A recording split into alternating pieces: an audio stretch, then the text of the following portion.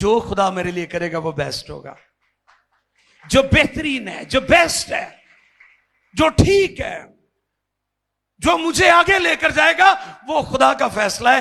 آپ کا فیصلہ آپ کو آگے نہیں لے کر جائے گا، کیونکہ آج لوگ اسی جنگ میں پڑے ہوئے ہیں کہ میں اپنے لیے، اپنے بچوں کے لیے بہتر کر سکتا ہوں۔ اس لڑائی، اس جنگ میں وہ آج تک پھنسے ہوئے ہیں۔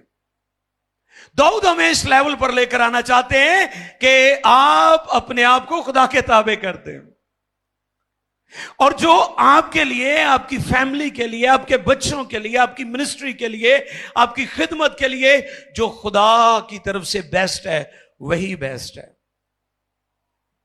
کچھ اور نہیں ہو سکتا۔ کیونکہ ایسے لوگ خدا کی حکمت کی بجائے اپنی حکمت پر کام کر رہے ہیں۔